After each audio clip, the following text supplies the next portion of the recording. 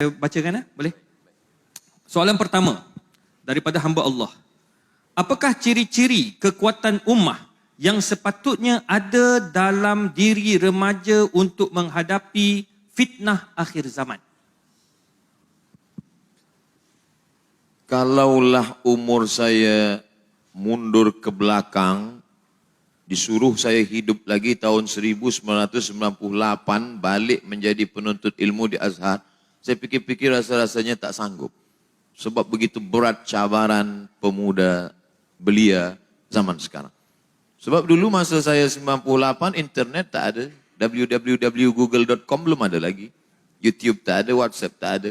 Jadi bila saya pergi ke Kaherah 2017, penuntut-penuntut bertanya, Ustaz Samad, bagaimana supaya kami ini tidak pacaran, supaya tak ada hubungan dengan perempuan yang tak mahram? Kata saya, tak tahulah, zaman saya dulu memang susah, kata saya. Andai ada saya, oleh sebab itu tidak ada jalan lain kecuali menanamkan akidah keyakinan bahawa pemuda belia bukan dipandang oleh manusia, bukan dipandang oleh pensyarah, bukan dipandang oleh CCTV, tapi yang memandang dia adalah la ta'khudhuhu sinatun wa la naum. Itulah yang ditanamkan ke dalam hati. Maka kita ajarkan bagi ayah, bagi ibu, bagi bunda, ajarkan kepada anak-anak kita sebelum tidur malam, ambil wudu, selepas wudu, solat sunat, witir, 3 rakaat. Supaya apa? Supaya kita suci, dijaga malaikat, baca ayat kursi. Supaya apa? Supaya kita diawasi Allah. Sebenarnya itu menanamkan akidah. Tapi orang-orang tua dulu tak begitu. Sebelum tidur malam, basuh muka, basuh kaki, makan ubat cacing. Bukan kita nak menyalahkan orang tua dulu. Mereka sudah berjasa bagi kita. Tapi mesti ada di dalamnya membangkitkan lagi akidah yang benar. Karena yang dapat mengikat ini generasi kita ini hanya satu saja. Akidah, akidah, akidah. Dia disebut sebagai akidah kerana dia adalah tali yang diikat simpul mati. Dia disebut sebagai tauhid kerana dia berani mengatakan tiada yang lain kecuali hanya Allah saja. La ma'buda bihaqqin illallah, la mahbuba bihaqqin illallah. Sampai pada puncaknya la maujuda bihaqqin illallah. Yang wujud sebenar wujud hanya Allah semata. Kita ini wujud tapi sampai masanya nanti kita akan tiada berwujud kerana kita akan hancur dimakan cacing tanah. Tinggallah anallah, anallah, anal jabbar, anad dayyan, aku saja. Maka insyaallah UKM salah satu usaha yang menanamkan akidah melalui Fakulti Pengajian Islam, ada jabatan Quran Sunnah, di sana ada jabatan akidah. Para filosofnya menanamkan akidah dengan menapis akidah-akidah yang sesat, dan di Malaysia pula dikawal oleh mufti. Maka dalam akidah Asy'ari, dalam fiqh Syafi'i, dalam tasawufnya Sunni, Junaid Al-Baghdadi dan Abu Hamid Al-Ghazali. Maka insyaAllah generasi kita akan selamat sampai hari kiamat insyaAllah. Amin ya rabbal alamin. Soalan seterusnya. Apakah pandangan Islam tentang golongan liberal? Siapa mereka ini Pak Ustaz? Saya baca je. Dia tulis Pak Ustaz, saya Pak Ustaz lah. Masya Allah. Liberal, ada patung liberty, bebas, tak ada ikatan. Sedangkan Islam ini hurriyah, bebas, tapi muqayyadah, masih ada ikatan. Kulu, makanlah. Tapi ada yang tak boleh. Hurriman alaikumul maitatu, bangkai tak boleh. Waddamu, darah tak boleh. Walahmul khinzir, daging khinzir tak boleh. Sedangkan dia mau liberal, semua dimakan. Makan, sampai Batman pun dia makan. Setelah datang corona, baru dia pusing. Pening kepala. Oleh sebab itu maka ini dalam liberal masalah makanan. Begitu juga dalam masalah keyakinan. Kata dia, tidak bertuhan pun merupakan suatu keyakinan. Kita tidak boleh menjudge orang. Sedangkan dalam Islam diajarkan, bila ada orang yang berbeza dengan kita, wala ana abidum ma'abattum, wala antum abiduna ma'abud, lakum dinukum, waliyadin. La ikraha fiddin. Tapi dalam masalah keyakinan kita mesti meyakini bahawa kita agama yang paling benar. Inna dina indallahil Islam. Bila kita tidak meyakinkan itu kepada anak-anak kita, kita katakan, anakku semua agama benar. Kau nak menyembah Allah boleh. Tak bertuhan pun tak apa-apa. Mana tu tak? Kita tidak boleh mengatakan demikian. Kita mesti mengatakan kepada anak-anak kita, La in asyrakta, kalau kau persekutukan, kau syirikkan Allah, la yahbatanna amaluka, maka amalmu gugur. Tapi bila engkau masuk ke sekolah, di sekolahmu ada orang yang berbeza dengan engkau, kau tetap menghormati dia. Maka kita dalam Islam diajarkan rahmatan lil alamin, menganggap perbezaan ini sebagai suatu kekayaan, tapi dalam masalah keyakinan. Sedangkan liberal tidak begitu. Dia mengatakan apapun jalan yang kau pilih, orang tidak akan pernah bertanya kepada engkau tentang keyakinanmu, akidahmu. Yang ditanya orang hanyalah apakah kau bermanfaat atau tidak bermanfaat untuk manusia. Dalam Islam tidak begitu. Dalam Islam diajarkan banyak pun amalnya, kalau dia tidak akidah yang benar, wa qadimna ila ma amilu min amalin, semua amal-amalmu dulu akan aku tunjukkan. Ini sekolah yang kau bina, ini university yang kau bina, ini hospital yang kau bina. Tapi kalau akidahmu tidak benar, maka semua amalmu itu habaan mansura, seperti debu yang dihembus angin. Syarat pertama diterima Allah SWT adalah la ilaha illallah Muhammadur Rasulullah. Saya kira itulah singkatnya tentang liberal. Soalan seterusnya, kenapa manusia lagi tinggi belajar, lagi sombong? Nampaknya menyindir saya. Bukan ni soalan mungkin. Sebab Masya mungkin Allah. dalam ni ramai kan yang ada PhD-nya kan. Masya Allah. Kita belajar agama Islam ini seperti berjalan di tepi pantai. Manakala kita berjalan di tepi pantai, mulai masuk ke laut, mata kaki kita tenggelam, kita rasa lebih tinggi, laut itu tak dalam. Makin kita berjalan ke tengah, tenggelam lutut kita, kita mulai merasa kita lebih tinggi, laut tak dalam. Mana sampai dia ke pusat kita mulai berpikir, nampaknya laut ni agak dalam. Sampai agak ke tengah, barulah kita sedar, sebenarnya kita tak ada apa-apanya, laut menenggelamkan kita. Makanya saat kita baca kitab ini, dulu, masa di pondok, masa belajar, itu memegang Bulughul Maram min Adillatil Ahkam, bukan main angkuh sombongnya. Sebelah kiri Bulughul Maram, sebelah kanan Subulus Salam. Masya Allah. Tapi manakala sampai ke Kairah, tengok kitab di rumah kawan, apa ni? Fathul Bari Syarah Sahih Bukhari. 1 meter. Oh, aku pun baru tengok sekarang. Dulu bukan main bangganya manakala membawa kitab Jalalain, Jalaluddin Al-Mahalli, Jalaluddin As-Suyuti. Tapi manakala sampai kita tengok kitab besar At-Tafsir Al-Kabir yang ditulis oleh Imam Fakhruddin Ar-Razi, meninggal 606. Sebenarnya kita mesti banyak membaca, barulah kita sedar bahwa kita tidak punya apa-apa. Kenapa Imam Bukhari itu tawaduk? Rupanya Imam Bukhari itu gurunya 2000 orang. Cuba kita hitung kira guru kita, mula tadika hingga PhD. Rasa-rasanya saya dah hitung-hitung tak sampai 200. Oleh sebab itu maka sebenarnya kita ni tiada apa-apa. Cuba baca kitab Al-Mu'jam Al-Kabir, Al-Mu'jam Al-Awsad, Al-Mu'jam As-Saghir. 3.500 guru daripada Sahibul Mu'jam At-Tabrani. Oleh sebab itu maka bandingkan pula dengan Imam Syafi'i. Belajar di Makkah, belajar di Madinah, pergi ke Mesir, pergi ke Syam, pergi ke Persia, kembali lagi ke Uzbekistan. Berapa hafazan hadisnya? Kata dia sendiri mengaku, 600,000 hadis. Orang yang sampai ke makam Al-Hafiz. Apa kata Imam Abdurrahman As-Suyuti? Hafiztu 200,000 hadis. Law wajadtu aktsara min dzalika la hafiztuha. Aku hafal 200,000 hadis. Kalau aku dapat lebih daripada itu, maka aku pun akan hafaz juga. Lalu kita di mana dibandingkan dengan mereka? Hadis kita hanya ada ketika laptop dibuka. Laptop tutup, hadis pun hilang. Maka semakin banyak kita kenali ulama, semakin banyak kita tengok kitab, semakin kita tak punya apa-apa, semakin kita merasa tak ada apa-apa, lebih baik menjadi jahil bainal ulama daripada alim bainal juhala. Lebih baik merasa jahil di tengah ulama daripada merasa alim di tengah orang yang jahil.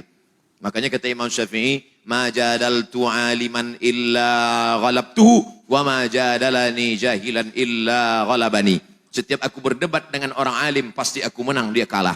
Tapi setiap aku berdebat dengan orang jahil, pastilah dia menang, aku yang kalah.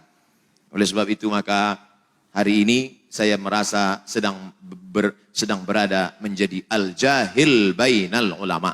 Hari ini Abdul Somad jahil di tengah para profesor, para pensyarah. Mudah-mudahan kita tetap menjadi orang yang tawaduk di hadapan manusia dan di hadapan Allah Subhanahu wa taala. Amin amin ya rabbal alamin. Soalan seterusnya, maaf kalau soalan ini keluar dari tajuk Pak Ustaz. Apa pandangan Ustaz terhadap isu transgender yang pergi ke Mekah? Waduh. Ada namanya khunsa, ada namanya unsa perempuan, ada namanya rajul laki-laki. Walaysa dzakaru kal unsa.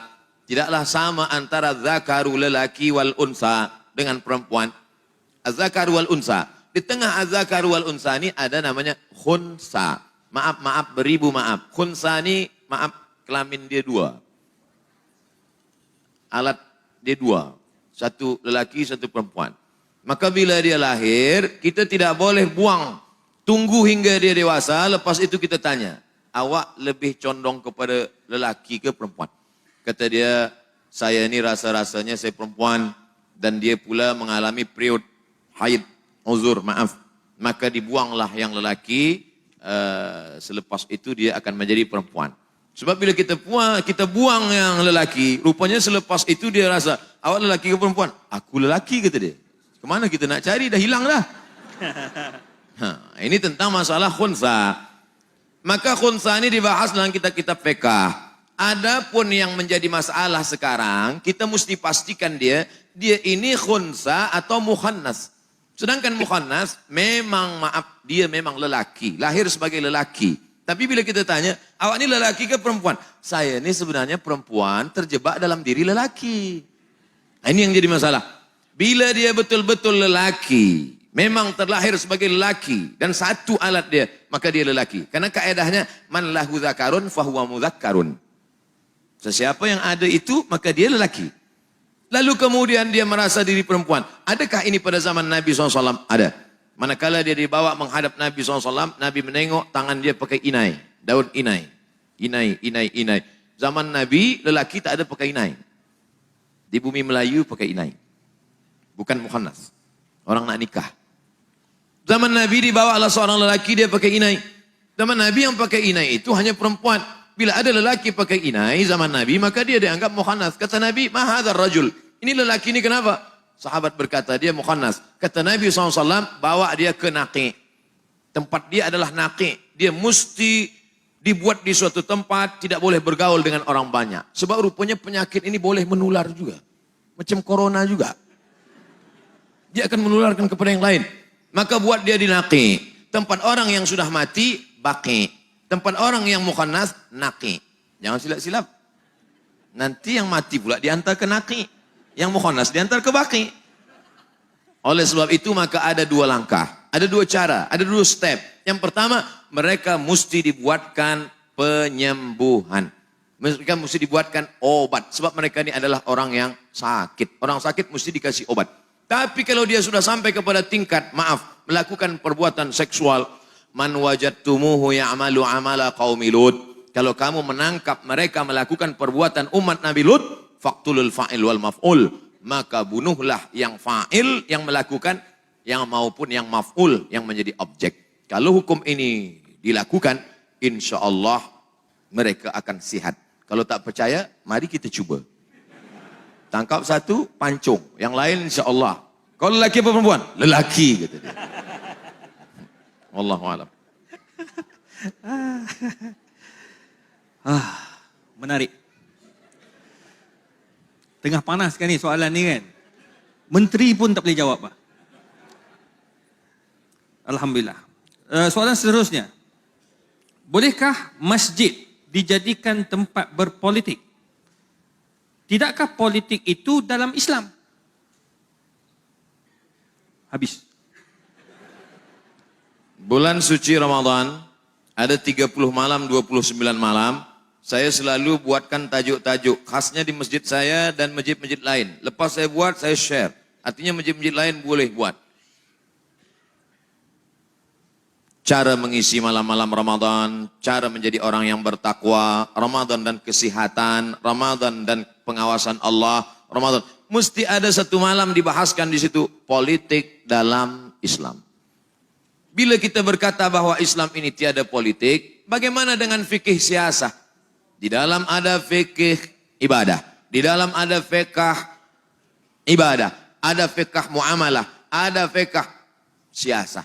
Maka di dalam Islam ada fiqh siasah. Bahkan bukan dalam satu juzuk, tapi dalam satu kitab yang ditulis oleh Imam Al-Mawardi meninggal 450 Hijrah, bertajuk Al-Ahkam As-Sultaniyah. Diteruskan oleh Ibnu Taimiyah Al-Ahkam Asy-Syar'iyyah. Diteruskan oleh Syekh Yusuf Al-Qardawi yang sekarang kita berjudul tajuk Min Fiqhid Daulah. Jadi ulama mesti menjelaskan siasah politik dalam Islam.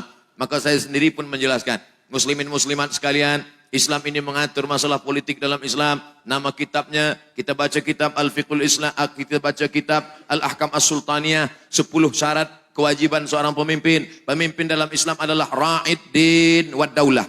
Tugas pemimpin dalam Islam yang utamanya ra'id din, menjaga agama, ad-daulah, dan menjaga negara. Maka umat mesti dijelaskan tentang politik tanpa kita membawa kepada suatu parti atau golongan atau kepada orang, tapi yang kita jelaskan adalah bagaimana ajaran Islam secara am. Apa kata Muhammad? Apa kata Abdullah ibnu Abbas radhiyallahu anhuma? Lau da'a minni iqalu ba'iri lawajadtuhu fil Quran. Seandainya hilang tali untaku hilang, aku temukan dalam Quran. Maknanya apa? Udkhulu fis silmi kafah. Islam secara kafah. Kalau masuk ke dalam toilet saja diatur dalam Islam. Allahumma inni a'udzubika minal khubuthi wal khaba'ith dengan kaki kiri. Idza waqa'az dzubabu fi ina'i ahadikum. Kalau lalat masuk ke dalam tempat air minum kamu, falyughmishu, celupkan ke dalam. Fa inna fi ihda jinahihi da'an. Dalam satu sayapnya ada penyakit, wa fil ukhra shifaan. Dalam satu sayap lagi ada obat penawar. Sedangkan lalat masuk ke dalam tempat air minum saja dibahas dalam Islam. Idza tasa'aba ahadukum falyurad mastata'a. Kalau kamu menguap, maka jangan buka mulut macam kuda Nil. Tahan sekuat-kuatnya. Idza atisa ahadukum, kalau kamu bersin, falyukhfid sautahu, kecilkan suara. Falyadha' yadihi ala wajhihi, letakkan tapak tangan ke mulut, jangan kuat-kuat. Artinya apa? Dalam masalah itu pun diatur dalam Islam, apalagi masalah hakim wal mahkum. Oleh sebab itu maka Islam mengatur masalah politik, kita jelaskan menurut hukum fiqh Islam. Wallahu a'lam bishawab. Terima kasih Ustaz. Soalan seterusnya, saya Nahdlatul Ulama. Oh, nama. Dan ingin bertanya Ustaz, bolehkah kita memulai menghafal Al-Quran tetapi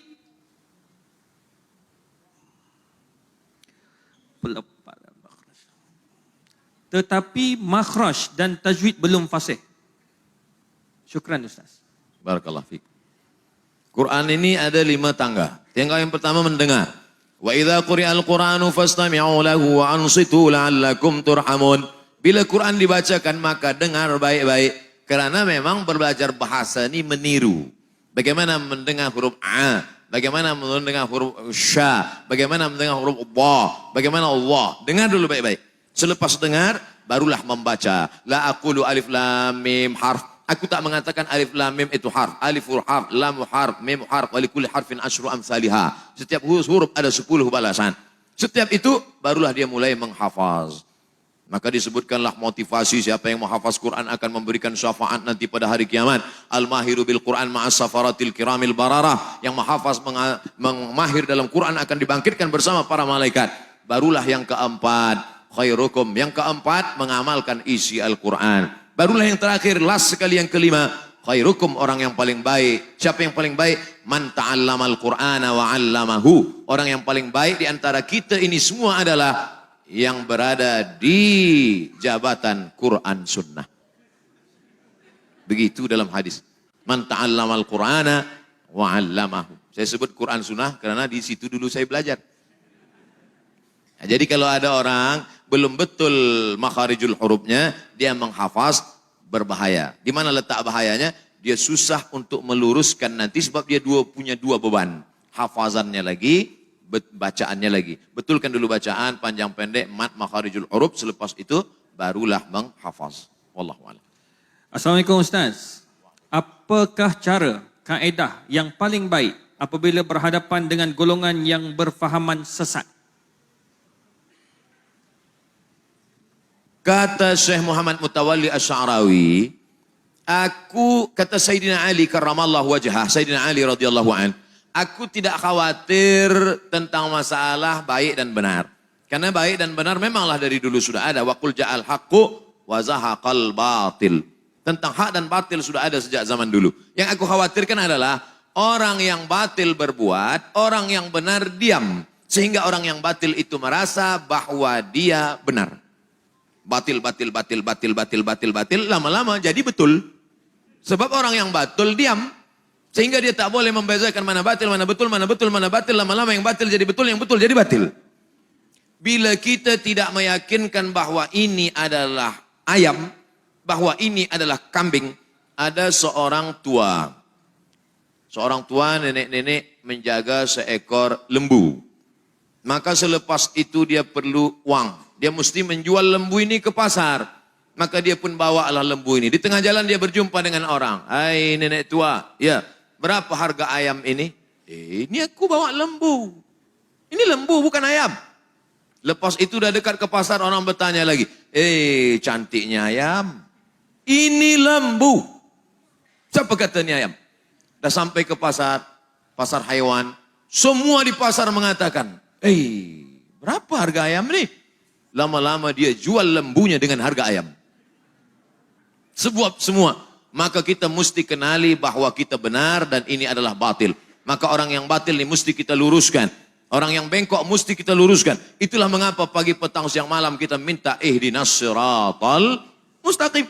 Bukankah kita ini berada di jalan yang benar? Kenapa kita minta jalan yang lurus? Sebab kadang-kadang yusbihu mu'minan wa yumsi kafiran. Paginya beriman, petangnya kafir.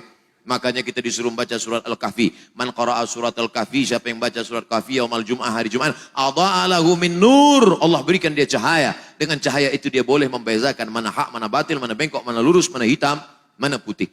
Oleh sebab itu setelah kita tahu, maka ud'u ila sabili rabbik. Orang yang sesat itu ajak dia ke jalan Allah. Dengan cara apa? 3. Bil hikmah. Tak mempan dengan hikmah. Wal mau'izatil hasanah. Mau'izatil hasanah pun dia melawan. Wajadilhum. Debat dia. Punya ilmu debat dia. Makanya dalam Islam ada namanya ilmu munazarah, ilmu debat. Tapi dengan cara apa? Wajadilhum billati hiya ahsan. Di ujung ayat itu apa kata Allah menutup? Inna rabbaka huwa a'lamu biman dhalla an sabilih. Allah lebih tahu siapa yang sesat. Wa huwa a'lamu bil muhtadin. Allah lebih tahu siapa yang mendapatkan hidayah. Siapakah yang dapat menyelamatkan dalam perdebatan ini? Siapa lagi kalau bukan penuntut-penuntut dari Fakulti Pengajian Islam. Falsafah, akidah wal falsafah. Wallahu a'lam. Alhamdulillah. Banyak Dr. Abdul Samad promosi Fakulti Pengajian Islam. Saya rasa bangga sekali. Baik, kita kesempatan masa sebab malam ini Datuk Seri Dr. Abdul Samad akan berada di Stadium Melawati. Semalam Alhamdulillah yang bahagia Ustaz berada dekat Masjid Besi.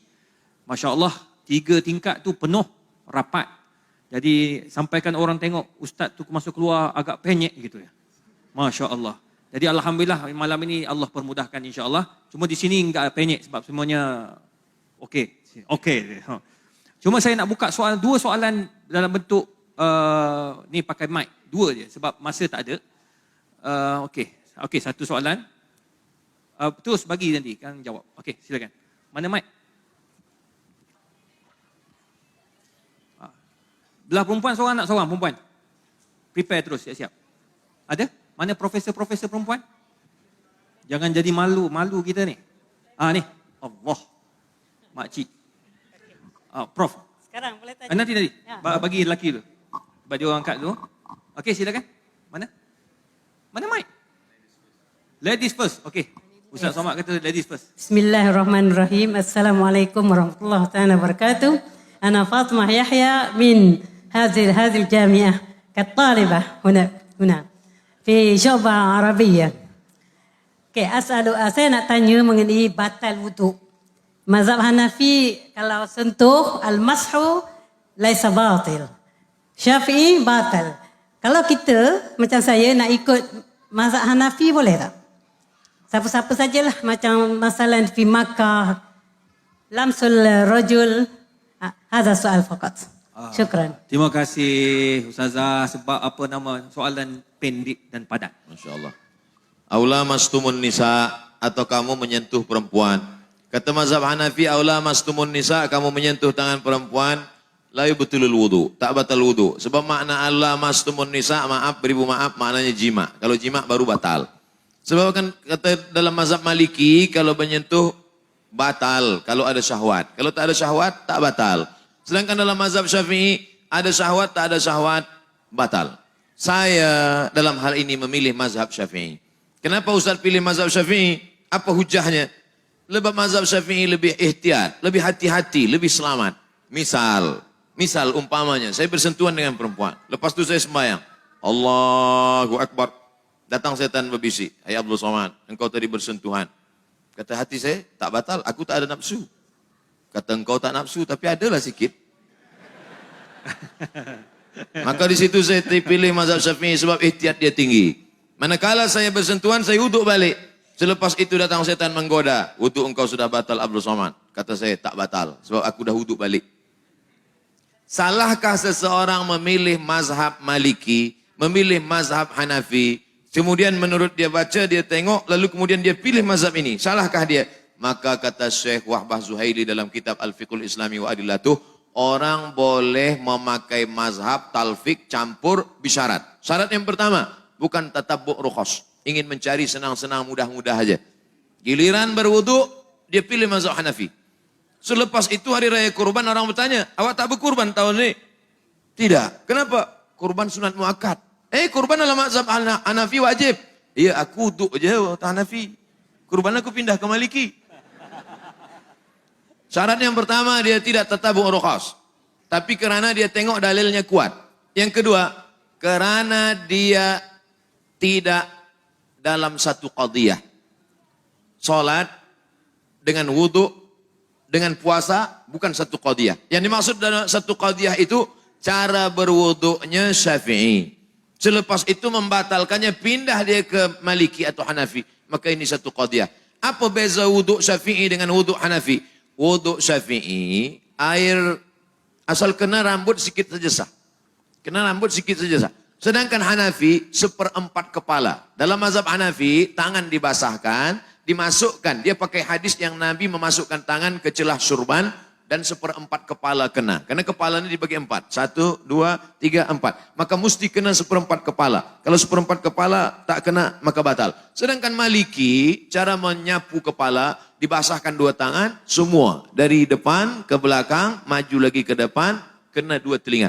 Cara wuduknya dia pakai Syafi'i. Selepas itu dia pergi jemputan walimah. Selamat ya, barakallahu lakum wa baraka alaikum wa jama'an bainakum fi khair. Kena ujung.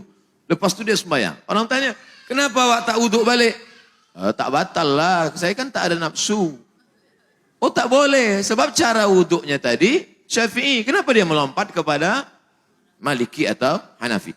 Jadi orang yang alim, kalau cukup 3 syarat. Yang pertama, bukan tatabbu' rukhas, bukan mencari senang-senang. Yang kedua, bukan dalam satu qadiyah, tapi berbeda qadiyah. Yang ketiga, dia alim dalam bidang fiqh itu, maka dia boleh. Begitu kata Syekh Wahbah Zuhaili, bukan kata Abdul Somad. Wallahu a'lam. Okey, kita ada satu daripada belakang. Pendek ya, jangan panjang-panjang. Okey, Assalamualaikum, saya Rizal dari Institut Kajian Etnik UKM. Daripada mana? Kita, UKM. Kita, okey, kita. Saya ada 2 soalan, saya cuba pendekkan. Kalau terpanjang minta maaf Ustaz.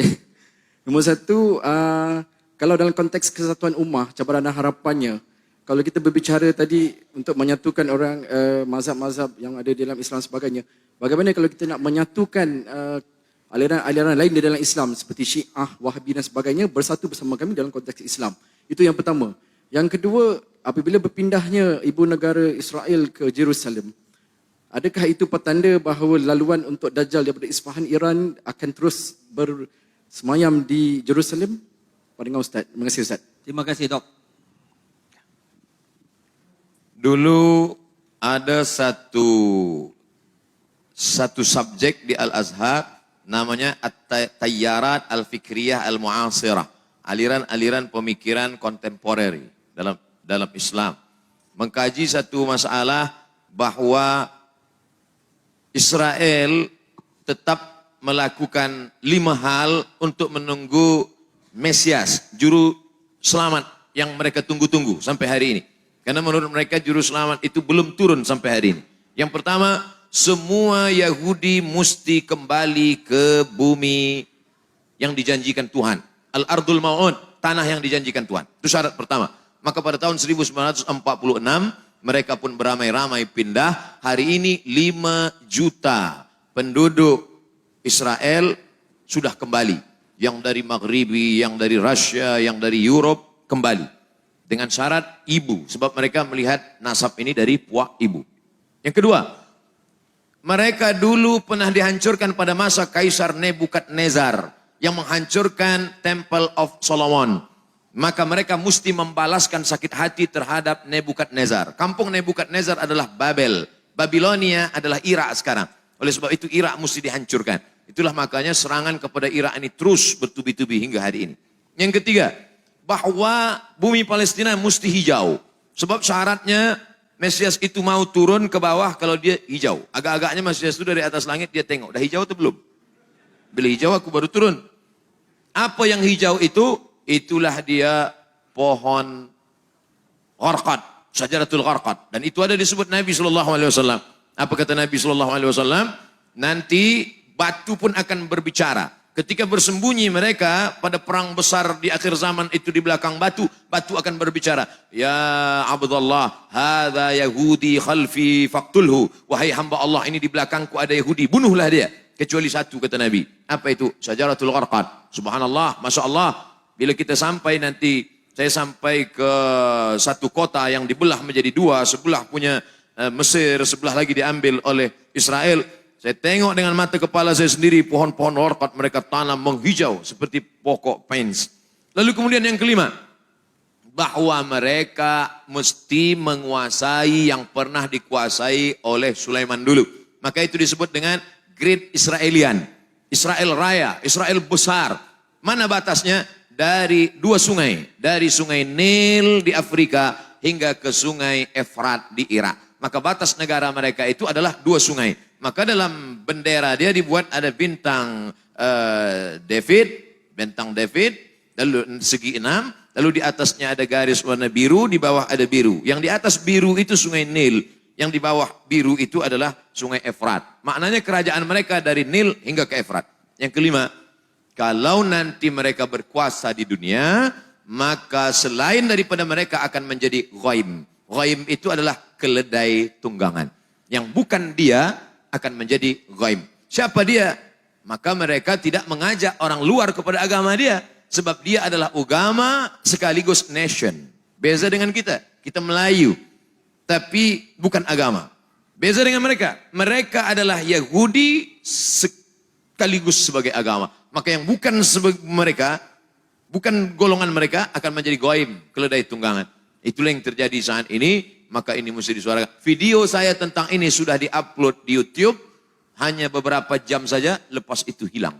Kalau tak percaya, coba upload. Mungkinkah Sunni dan Syiah bersatu? Yang menjawab ini Syekh Yusuf Al-Qaradawi. Maka dibuatlah yang disebut dengan At-Taqrib Bainal Madhahib.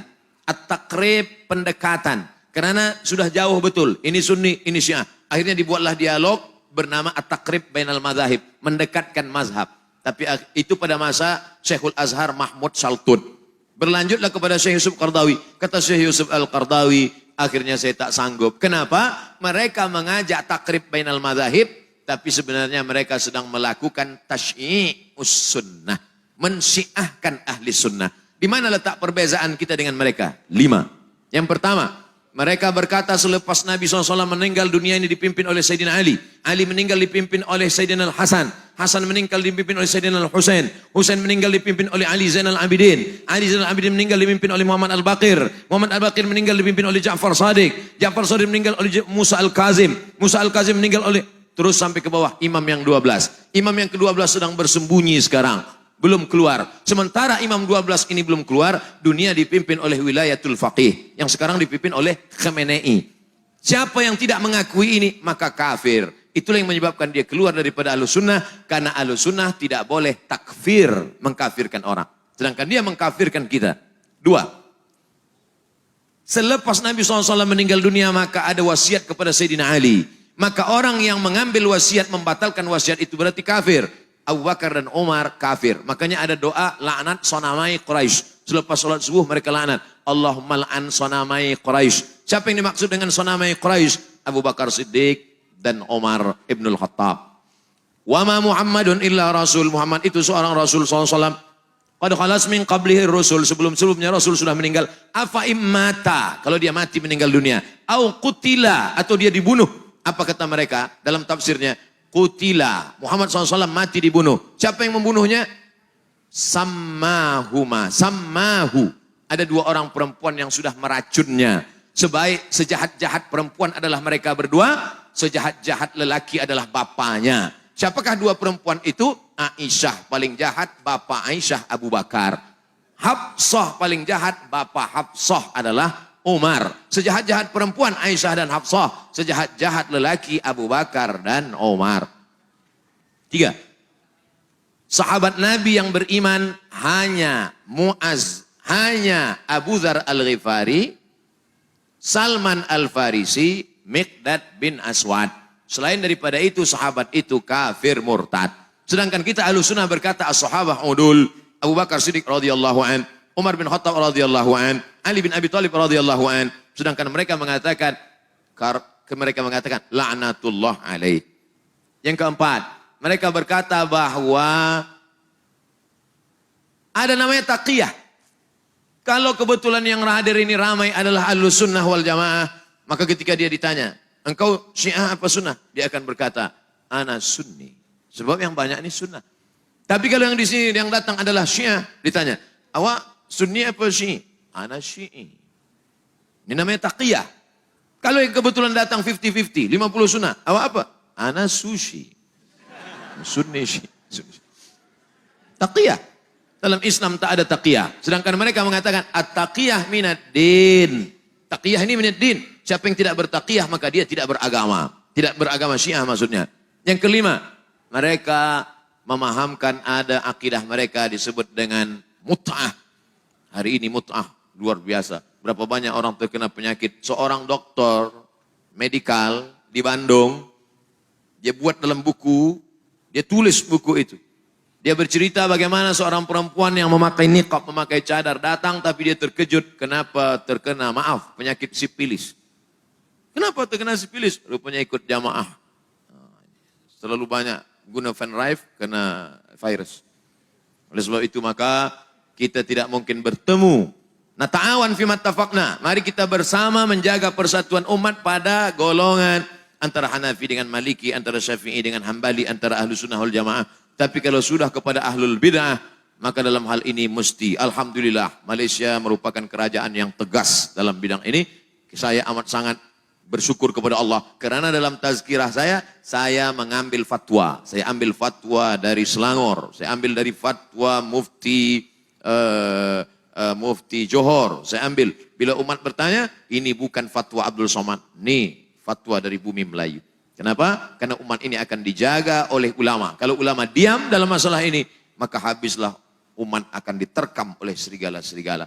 Maka mesti dijaga oleh ulama. Wallahu a'lam bishawab. Alhamdulillah, terima kasih banyak.